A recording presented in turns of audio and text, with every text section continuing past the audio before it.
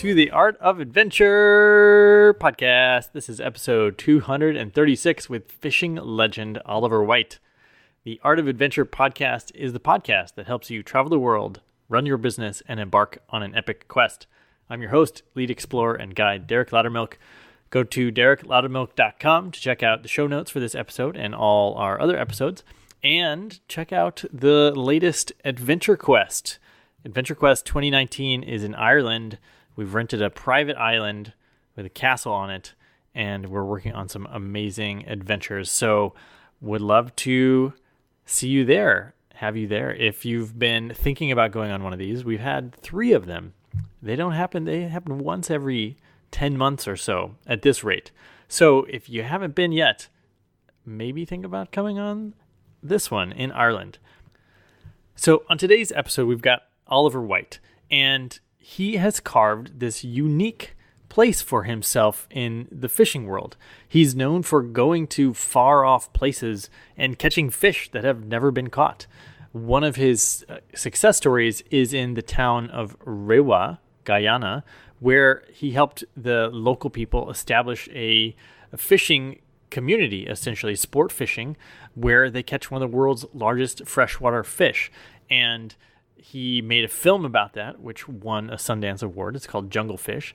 But he's done a lot of interesting things in his life. He's had a brief foray into high finance in New York City when he went to work for a hedge fund. So you'll hear about how that came to happen, a fishing guide ending up in a hedge fund in New York. He runs and owns 2 fishing lodges in the Bahamas. And he's the personal fishing guide for a lot of celebrities, but he doesn't really play up that fact. And he is a celebrity, a thought leader in his own right. He changes the way people think about fishing and adventure. And so this is a really cool episode because Oliver, he has a philosophy degree. And so we do a bit of philosophizing, and he sort of lets us into his own psychology to help us understand why he's been successful in so many different endeavors. And there's a bunch of great stories in here. Cool story about a personal invite from the royal family of Bhutan, and a bunch more that you're not going to want to miss. So without further ado, here is Oliver White.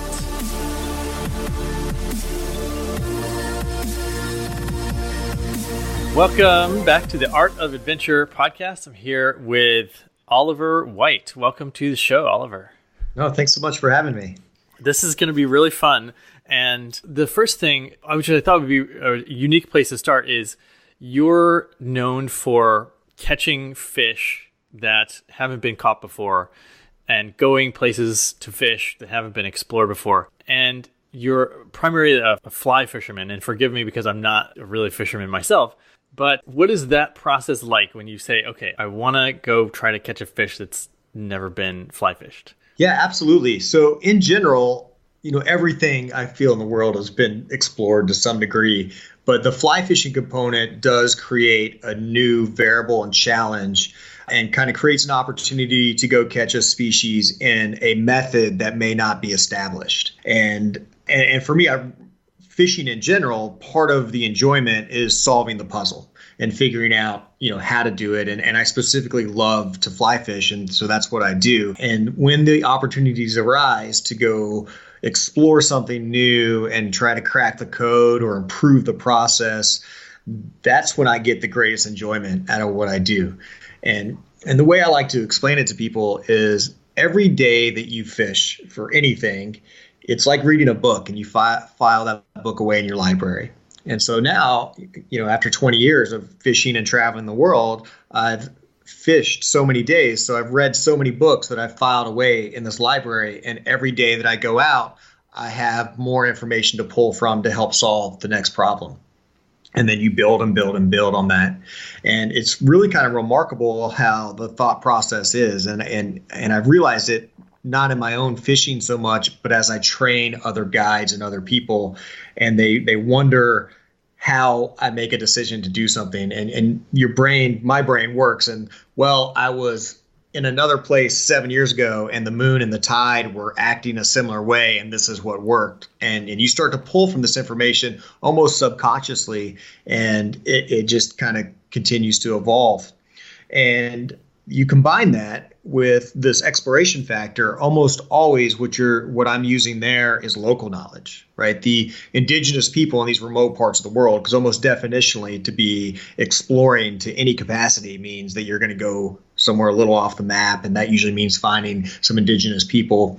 And in general, they are incredibly in tune with their environment. And so you can just go and absorb from them. And what I'd like to start with is having them share everything they can. And whether it's just from observing, often there's a language barrier or, whatever it is, and watching them do their thing and then asking questions to try to convert what they do and what they know to something that I can replicate or mimic or try to capture with a fly rod. And, the one of the examples of that would be going down to Guyana and trying to figure out how to catch Arapaima on a fly rod. And a few of them had been caught all the way back to the 70s, and I'd reached out to people about that.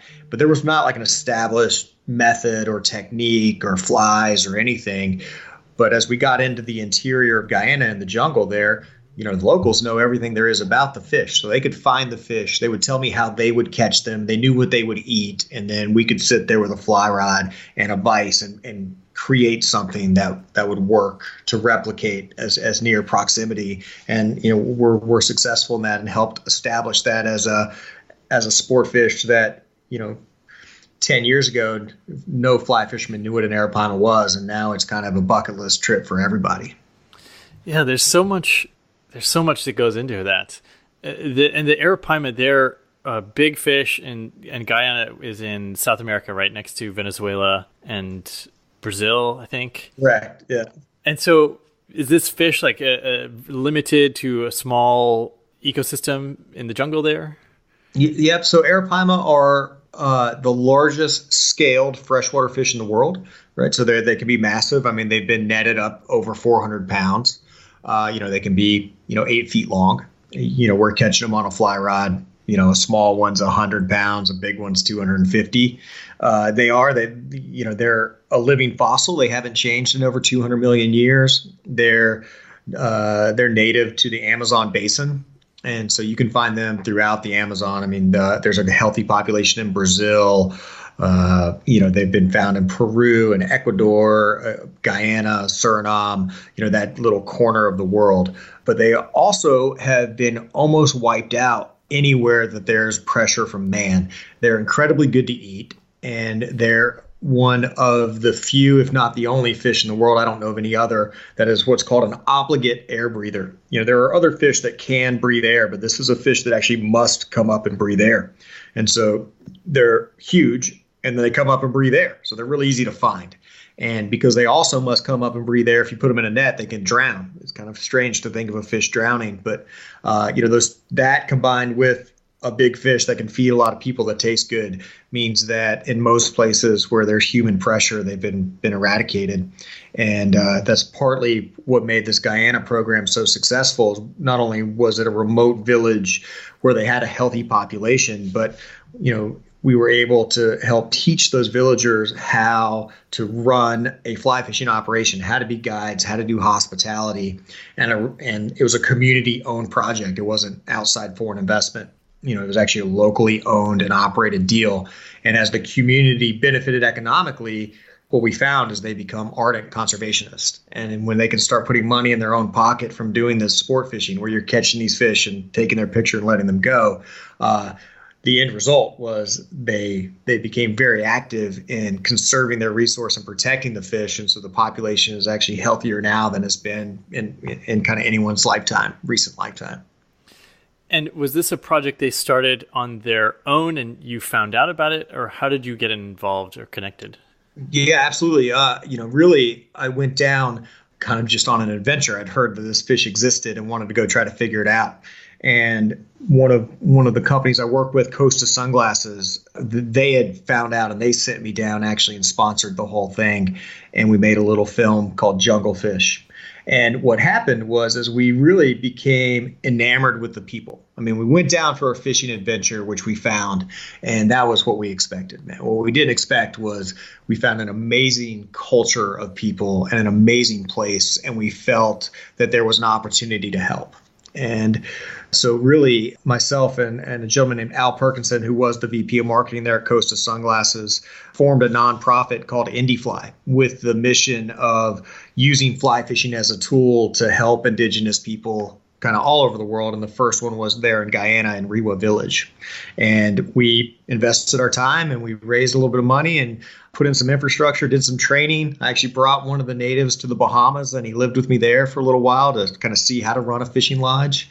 And you kind of combine that with a unique fishery that can't be found anywhere else in the world. And it was kind of an instant success. And the economics looked like the year before we were involved, the annual income for the entire village of 300 people, was $700.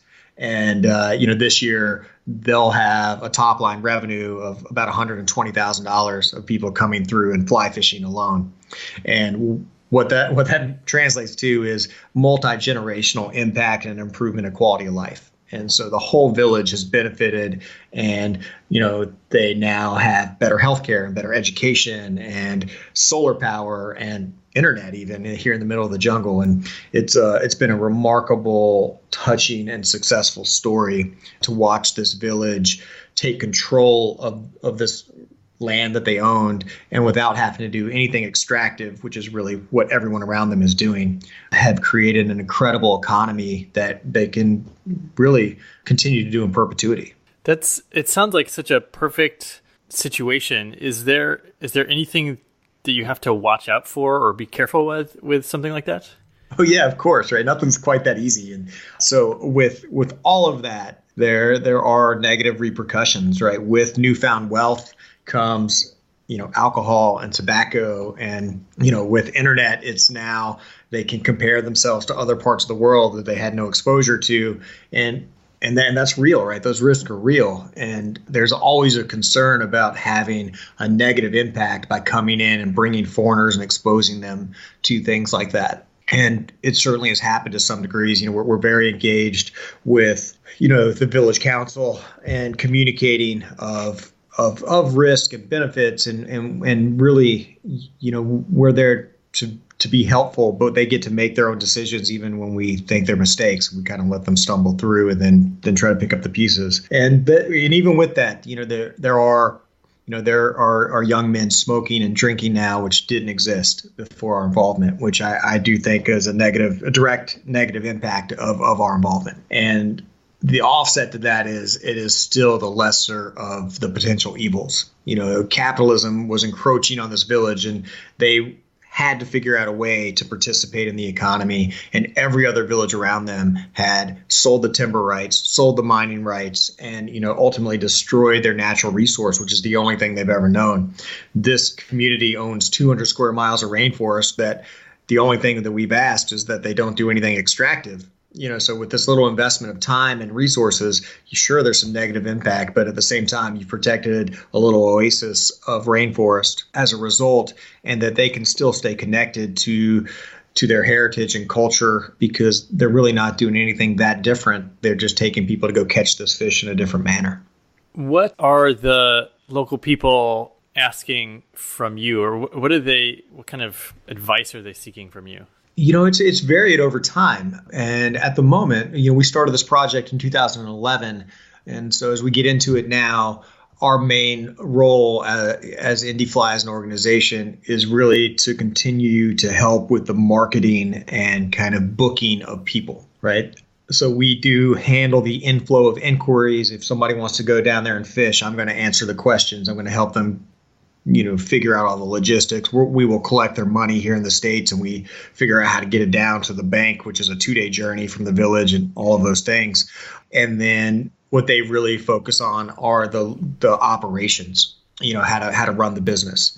And then the other place that we add value is as they continually try to figure out how to improve their quality of life. And, a big chunk of the money that is created in this process goes to the community as a whole. And so the community has to figure out how to deploy that resource. And so we will help, with that and make recommendations of, let's put in solar, let's put in a water system, let's build a church, whatever they need, let's put in a cafeteria for the school. And, so we try to work within their own framework and try to keep them from kind of spending the money frivolously. And at the same time, make sure that they are thinking about an actual business and saving some money in reserve in case an engine breaks or a boat fails or, something happens, that they don't go back to, just living in the moment, which is kind of their culture. The planning for the future is a Western thought. As I hear you talking about these things and using phrases like deploying resources, I think it's a good segue to your time in New York in the hedge fund, which was 2007? Was that? I left in 2007. So I moved to New York in 2005 and left kind of the end of 2007, 2008. And I've had a really interesting career path. I mean, to back up, I have a philosophy degree, so it's not that I'm an economist or a finance guy. And I fell in love with fishing during college, and I started guiding fly fishing trips during college. And my intent as an undergrad was to go be an attorney, actually. And when I finished school, I decided that I was going to take a little break and fish before I went back to graduate school. And that just continued into this traveling the world. Every time I got ready to quit, I got an opportunity to go somewhere else. So, Russia, Alaska, Iceland, the Western United States, Wyoming. And so I was just traveling the world and had this incredible life. And at the same time, never thought I would do it forever. I always expected to transition into a more corporate career. And then I guided a gentleman down in Tierra del Fuego, Bill Ackman, who runs Pershing Square Capital Management. And he had never fished before. We fished for a week. And at the end of the week, he told me I should come work for him in New York. And so, I ended up in New York about a year later after reading a bunch of finance books that he had sent me. And, I was well out of my league. I tell people it's not like being thrown in the deep end. It's like being taken in a boat and driven offshore about 20 miles and thrown overboard and left to figure it out. And I was in way over my head and worked really hard. And more than anything, I got an incredible education, both on high level finance and accounting and economics. And it's really that experience that has allowed me to kind of go and combine all of these skills that I've developed, which is this fishing passion and ability to guide and enjoy and derive pleasure from that, combined with this newfound business acumen that I honed in New York.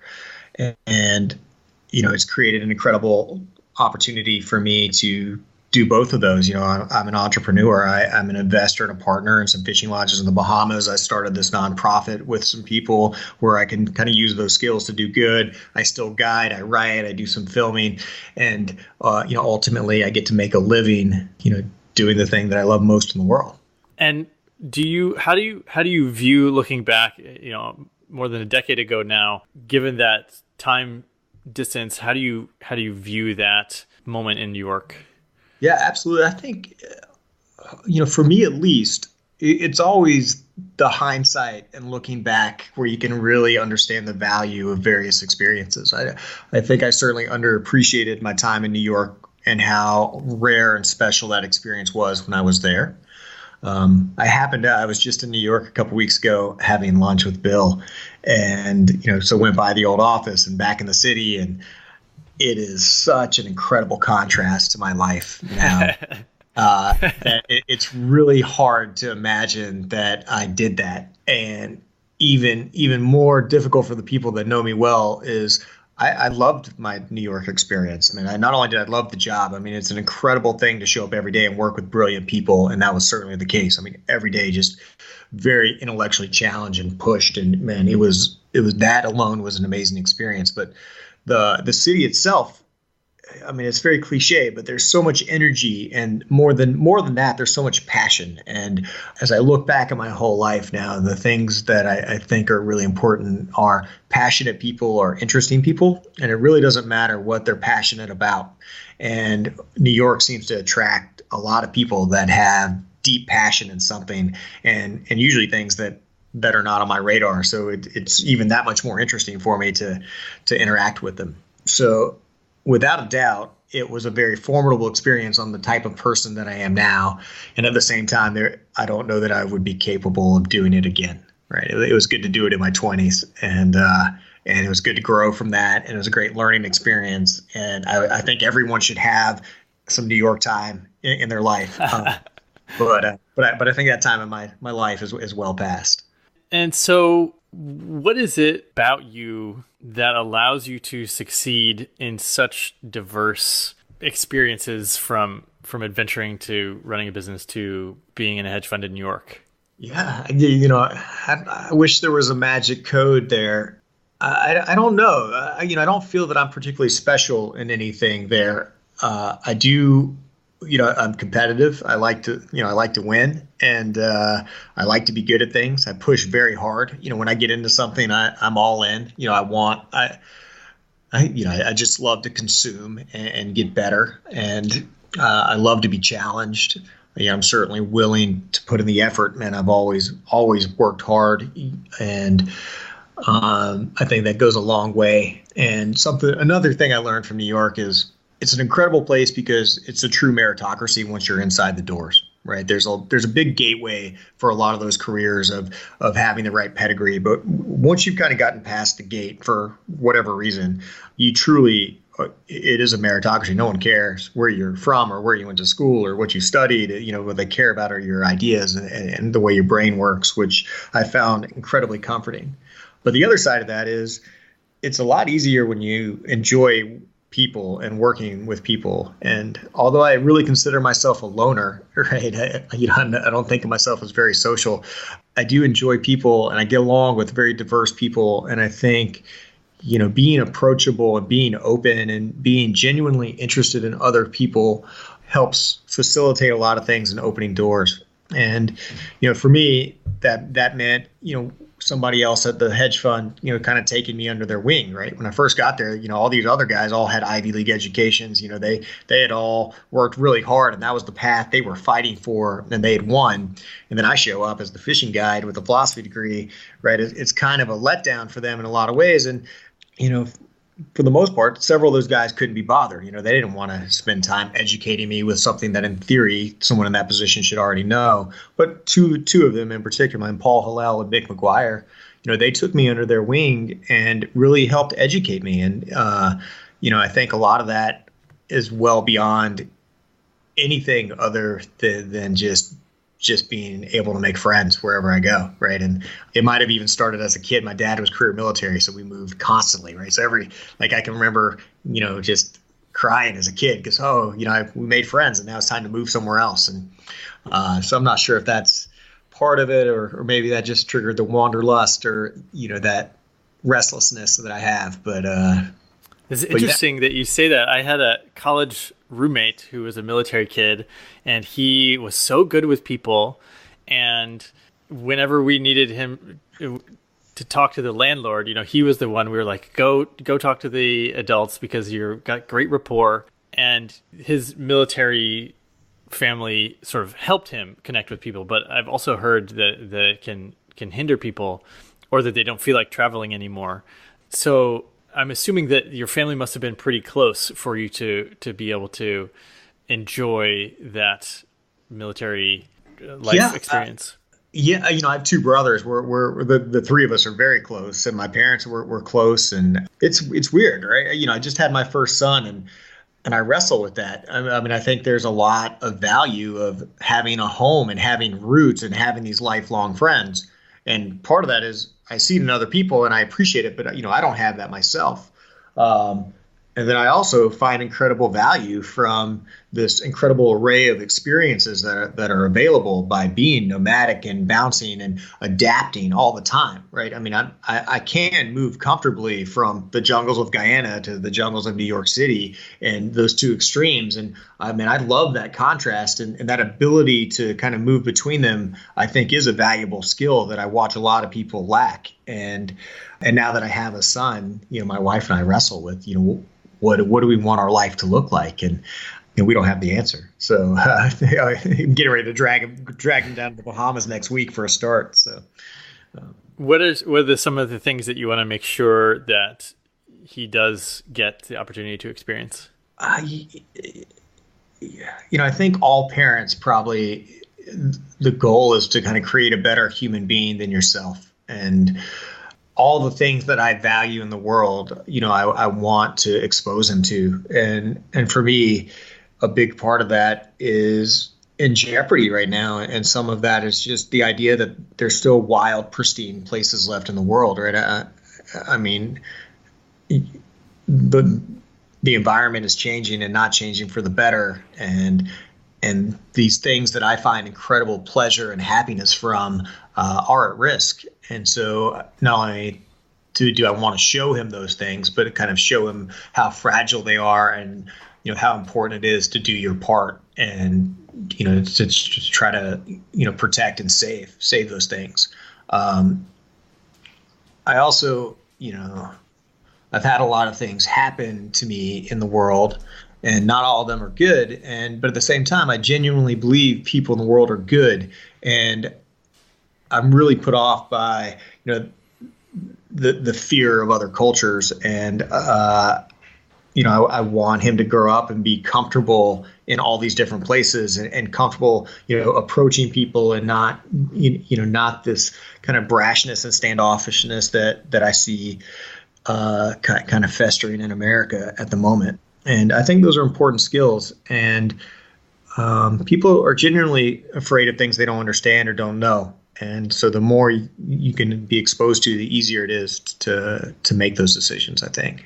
Yeah. My first son is almost 2, and we've brought him with us to several of our places, Europe and Indonesia and Mexico and places like that. And well, I mean, at such a young age, you don't know what's going to be important or if he'll remember any of it or anything like that.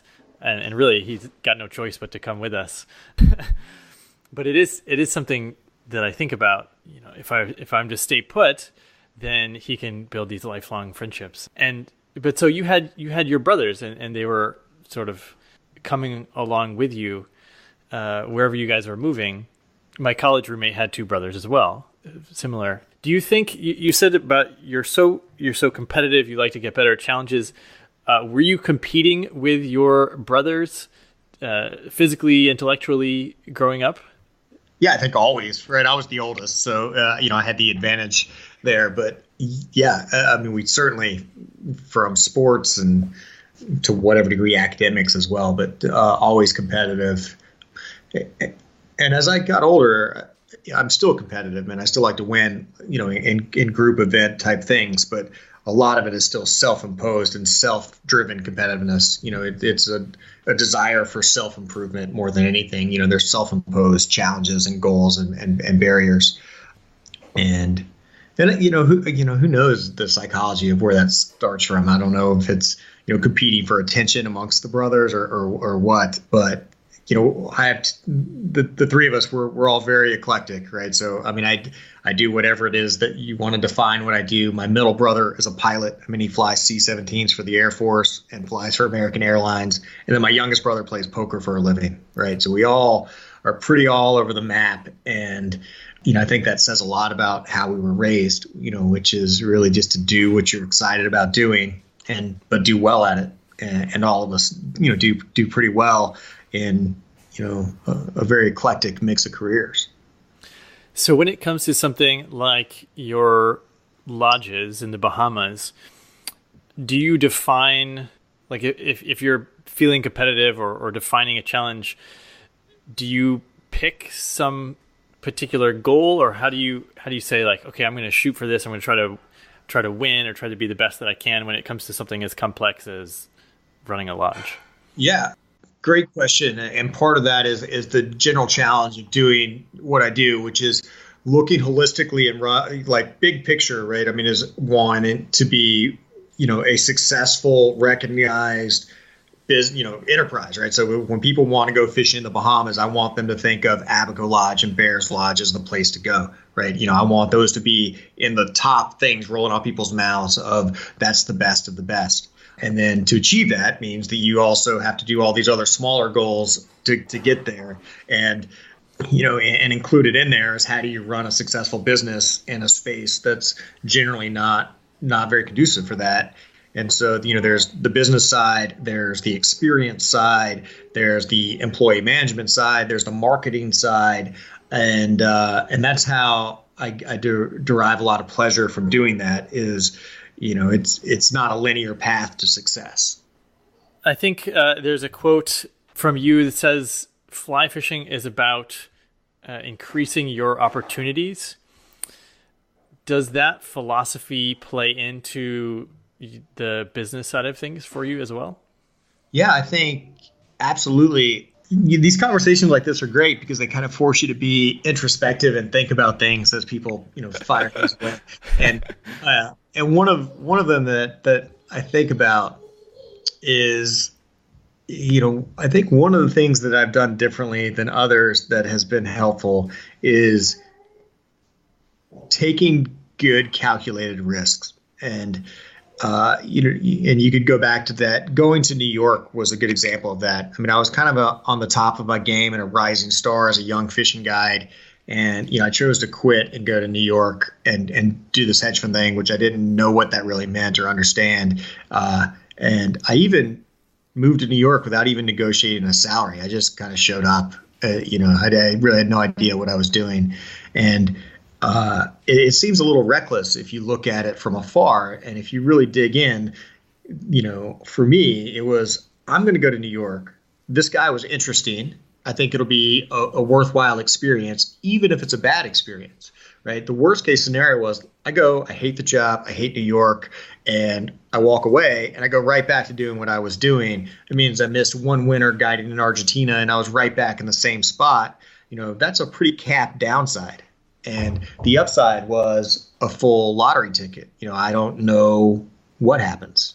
And so anytime that you can have a risk reward where the risk is minimal and the upside is unlimited, man, those are worthy bets. And I've taken several of those in my life, and they don't all pay off, but many of them do. And part of that means being very willing to get out of your comfort zone. And I think, some of this, the conversation today makes me, maybe all that's tied back to each other of, even as a child being forced to move and getting out of your comfort zone. And, as that becomes more approachable, then it makes those decisions easier for me than maybe for others. Well, I think this is a very unique thing. I don't think a lot of people think about, especially fishing guides or resort owners are thinking about downside risk and applying these hedge fund thought patterns. So it's clear you have this very unique approach, which is very exciting. What do you think your best skill is? What are your crown jewel? Yeah, I get that. That's something I do get asked often, and I tell people all the time, right, man, I'm not the best fishing guide. The components that make an angler, the casting, the fly tying, all those things, I'm not the best at any of those things. I think that I do a better job than most of being very well-rounded and excelling, above average in many categories and wrapping them all together into one package that I can kind of deploy whichever skill is needed at the moment. It's probably the most valuable thing that I have. I'm a very analytical person, right? My brain never stops firing and I'm very, very restless. So, in a lot of ways that's a huge liability, but, in some ways it does, helps solve a lot of these problems. So a lot of advice for young people is specialize in something, go really deep in some area, topic of expertise, but you have this more broadly above average, and it sounds like it's working. So do you think that's bad advice, the focused depth, or how, what do you think about that? Yeah, no, I think I would probably give the same advice, contrary to my own doing. But I mean, I think you could also argue that I've gone very deep in this extremely narrow niche of fly fishing. But I think going deep and really understanding something extremely well will make you invaluable. But I would hate to see people do that at the neglect of being a little more well-rounded. And part of that goes back to you have to be able to communicate to the world, and you need to be approachable. And, if you're going to dig so deep into a little trench that, you basically learn a whole new language that no one else knows. If you can't share what you know with other people, then you also really narrow your ability to impact anything. Mm. I'm going to share another quote of yours with you about helping people feel comfortable, that as a guide, you want to help your fishing clients feel relaxed or comfortable. How do you think about that?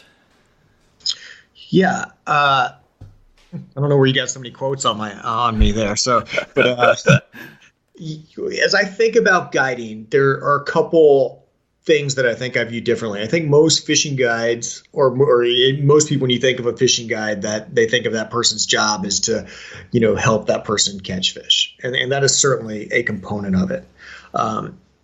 But I find that the most valuable thing that people ever give me as a guide is their time, right? It doesn't matter what the trip costs. It doesn't matter, where we're going or anything, right? People have decided to take their free time and spend it with me and entrust me with maximizing their experience.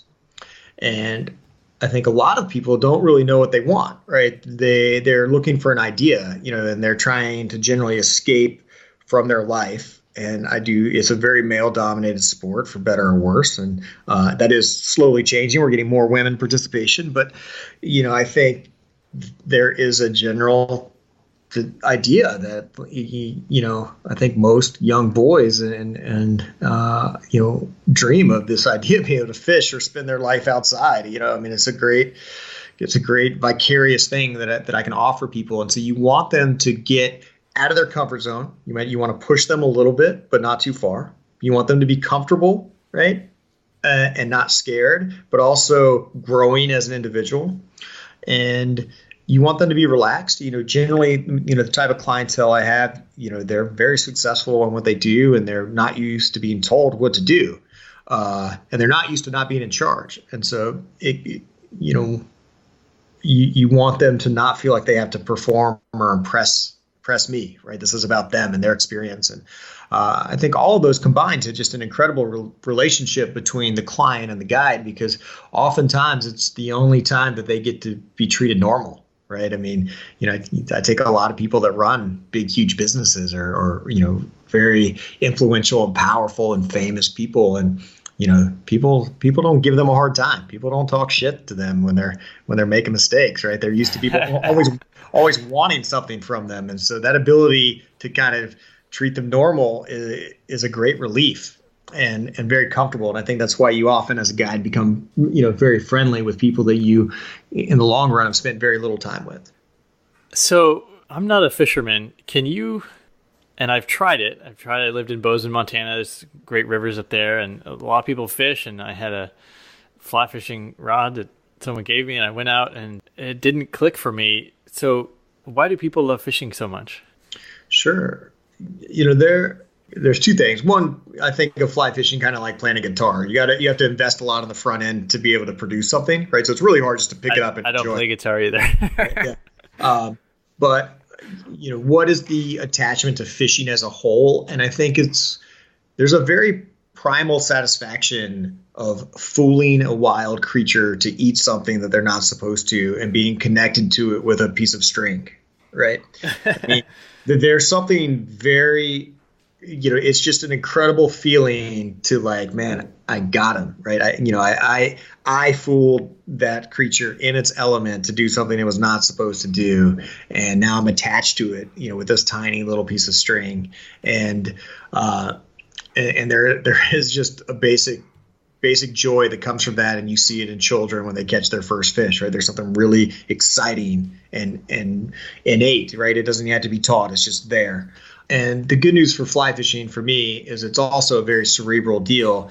And I think what it really does for me and for a lot of people is it requires enough thought and concentration that you are in the moment and not distracted or thinking about anything else.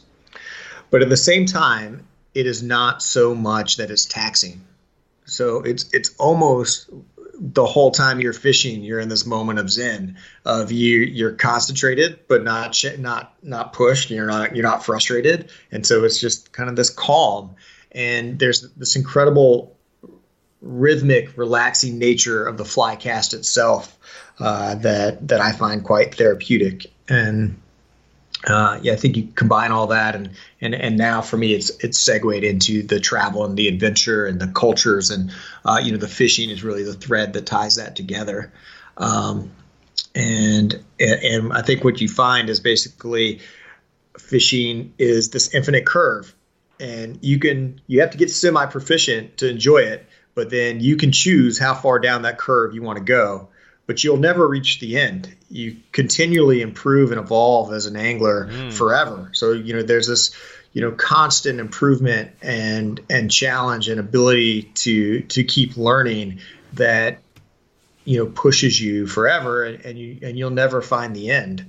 But at the same time, right, you can stop at any point and still get enjoyment. And I think that makes it very interesting for a broad array of people. And they can all find their little niche within there of what they specifically like. That's so brilliant. And it's something that I'm coaching on a lot is it's so important to have something that you can continue to be challenged to put yourself in that flow state, the optimal experience where it's not too hard or too easy.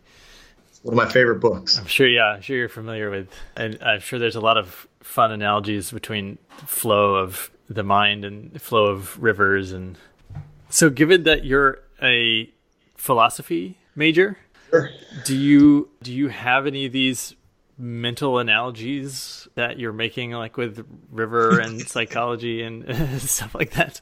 Yeah, I can try to make something up off the cuff here, but no, I don't. Yeah, I think more than anything, it's an appreciation for a relatively simple life. And it's an incredible luxury to think about what I do, which is travel around the world to go catch fish, to let them go. It's a pretty first class problem. And at the same time, I think that there really is incredible value of getting people disconnected and getting outside. And I think if more people spent more time doing what I do, the world would be a better place. Yeah, absolutely. That's part of the motivation. I run these trips called Adventure Quest, where I take entrepreneurs out, and it's they're giving their time because they feel like they need something, and a lot of times they get something different than what they're seeking. But I think just getting people outside and shaking up their patterns and locations and all that, and being in nature is just going to give them so much and reset so many things. Yeah, there's no doubt. I find that the contrast is very stimulating for problem solving and thought. And so, going from an extreme, like, I just went and spent, 3 weeks in Bhutan in the middle of nowhere, and just to come out of that back to the normal world, that contrast, it forces your brain to kind of reset and think. And, I derive a lot of value from that juxtaposition. What were you doing in Bhutan? Were you exploring a new fishing spot? Yeah, indeed. So I actually got an invitation from the royal family to go and explore the potential to kind of create an IndieFly Guyana-esque model there, which is really, really, the whole experience is almost surreal. I mean, Bhutan, for those that don't know, is kind of nestled in the Himalayas. It's kind of sandwiched between India, what would be Tibet, China, and it's a Buddhist country, so no one fishes. No one's allowed to fish except the royals. The royal family, has a history of being sportsmen, and so you cannot fish without the blessing of the king. And, it's considered a sin in Bhutan to even cut down a tree. You're not allowed to harm anything. And so, fishing is very taboo. But the idea of fly fishing, where you can catch them and let them go, has potential to be accepted within the culture. And Bhutan is particularly looking for high value, low impact tourism. And they have a unique fish called a golden masir, which is very, very difficult to catch, very big, very strong. Also, has some environmental pressures, which means there are not many of them left in the world. And Bhutan is still a very pristine and intact environment. So the idea was, is this a product that we could develop, to have fly fishermen come, catch and release only, very low impact, very high value tourism. So I went down to explore and look for that. And it was, an incredibly worldly experience. We did catch a few fish. It was very challenging for many reasons, but it was also trying to crack the code, right? We didn't have any information and still were able to get it done. And we're pushing that forward. I think there is potential on a very small scale to bring a few anglers in at a high price tag to go have this wonderful experience in one of the most interesting cultural places that I've ever been. And you combine that with some really cool fishing, I think it's truly unique. Wow. Yeah. Bhutan, I think they still have the gross national happiness policy there. They do. Did they seem pretty happy? Indeed. They do. They measure gross national happiness, not gross domestic product. And it is a happy culture. And, one of the takeaways from that is trying to live a little bit more in the moment. I think that Buddhist mindset that they have is quite impressive, and it takes some practice. Okay, so let's use the opportunity in Bhutan as maybe like a case study. First of all, it's not everyone that the royal family calls up and gives some cool opportunity. So how did that come about, or what set you up for that to happen in the first place? Yeah, the Bhutan project really came out of the Guyana project. Having started this one in Guyana, which has been so remarkably successful, it's been written about and that story has been told. I mean, the film that we made down there called Jungle Fish won an award at Sundance for a conservation award. And so it's an intriguing idea to be able to use sport fishing as a method of conservation. People generally don't think of anglers or hunters, for that matter, as conservationists, but in fact, people protect what they love. And those people that are outside participating, they truly love it, and they often are very, very much the most ardent conservationists. And so, as the Bhutanese government and royal family, was looking for opportunity, this is something that came across their radar, and they reached out and found me. And those are my favorite calls to get. Of like, do you want to come somewhere new where very few people have been and try to figure out this puzzle? That's a pretty killer combination for me. And so I love those opportunities. And it also almost becomes self-fulfilling as you start to do a couple of those, you become the guy that other people reach out to do them. And so, I've almost put myself on a path where if you're looking to do some crazy exploring, there's a very short list of which I am part of to go figure out those puzzles. And, for better or worse, that's a pretty interesting trajectory for me. And they are the ones that I kind of derive the most pleasure from, but they are not necessarily the most lucrative, right? I mean, usually those are all pro bono type trips and you're in it for the adventure, which luckily I'm still able to do. And, I think people view you as a personality, a thought leader in the fishing space. And with that comes some sort of responsibility.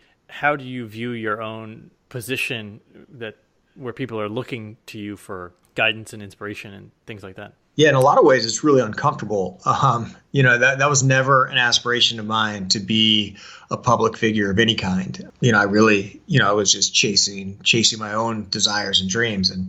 But you're very, very much right in that as you become a recognizable figure, there is a sense of duty and obligation that comes with that. And for myself, I interpret that in a few different ways.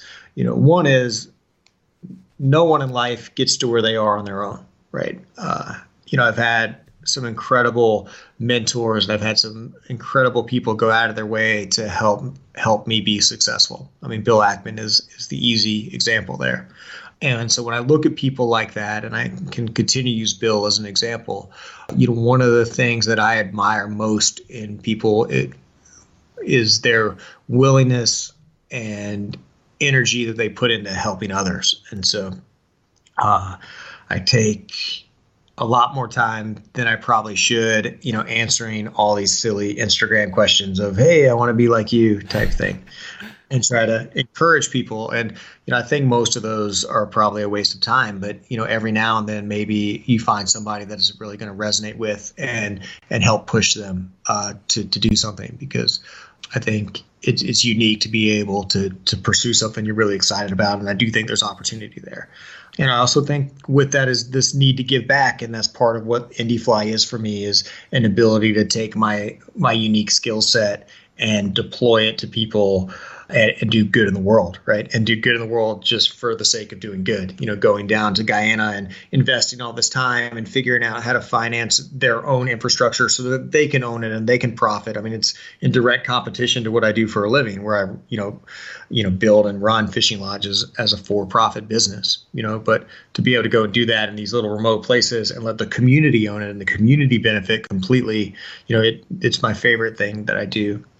And then the last part of that is, you end up with a voice, for better or worse. And, I think it's important to be an advocate for things that you find are important. And I don't know when this will air, but, this is, voting season. You're like, people need to go vote, right? Using that voice to get out and encourage people to, to be impactful. And for me, a lot of that comes back to, conservation and public lands and the things that help facilitate this lifestyle that I enjoy so much. And so I do try to take the time to help fight the good fight and encourage people to do so. And also try to set a standard that if you're going to participate, right, if you enjoy the outdoors, no matter what it is, man, if you're a hiker or an angler or a hunter or a skier, right, you have an obligation to kind of give back to help those things continue for the next generation. And it doesn't have to be dollars, it could be time, it can be all these little things. There's lots of great organizations that do the grunt work that we should all be getting behind. Well, yeah, thank you I just want to acknowledge you for using your voice, and, simply by having some strong opinions and telling people what to do, I think goes a long way, because sometimes people are not sure what's going to help. So yeah, really appreciate that you're doing that.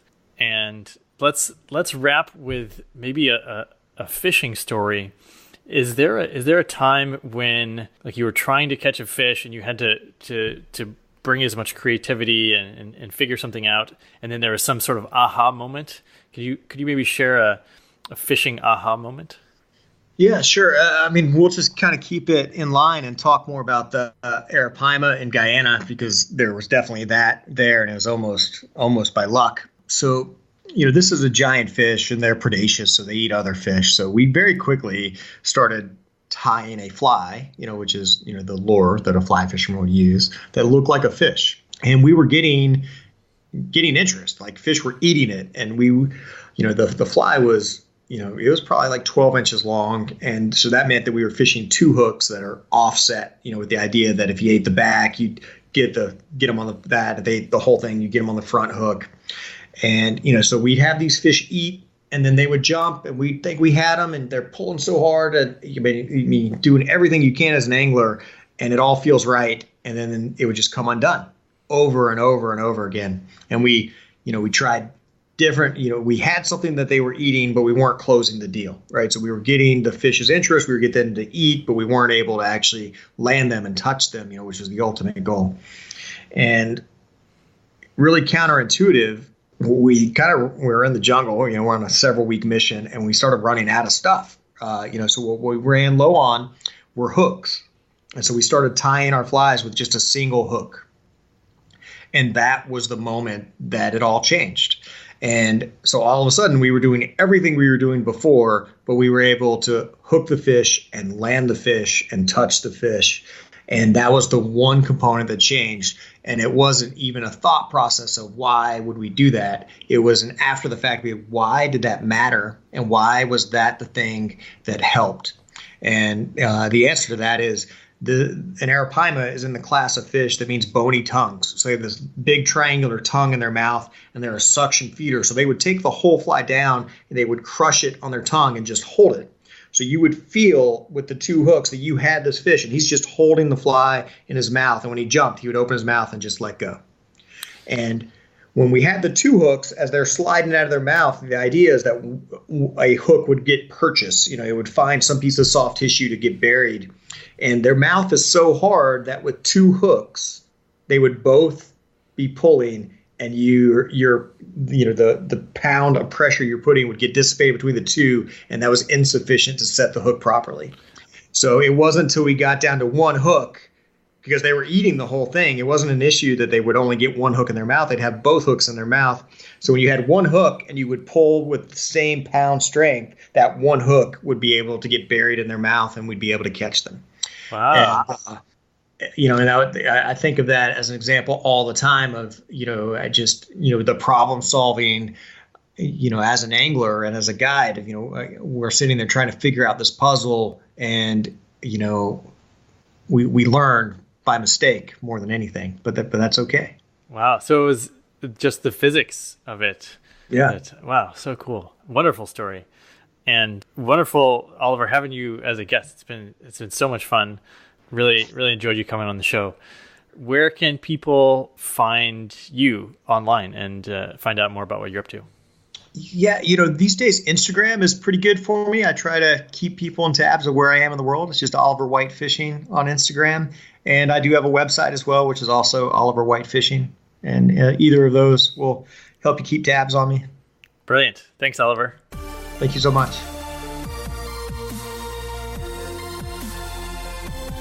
All right, another awesome episode with Oliver White.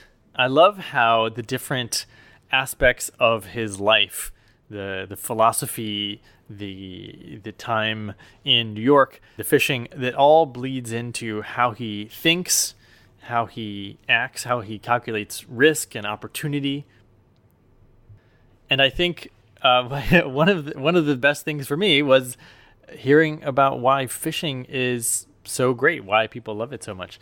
Because honestly, I tried fishing and I never really got it, but now I think I want to give it a shot. I think I want to get good enough to experience the joy that experienced fisher people. let's be inclusive here. Fisher people get. And even as he's become such a figure in the fishing world, he obviously is super humble. Still has time to come on a podcast like this one, and just a really amazing guy. I hope I get to talk with him some more, because I think he's one of those rare people that really just everything works out, but it's because they work hard and they cap the downside risk, to put it in his terms.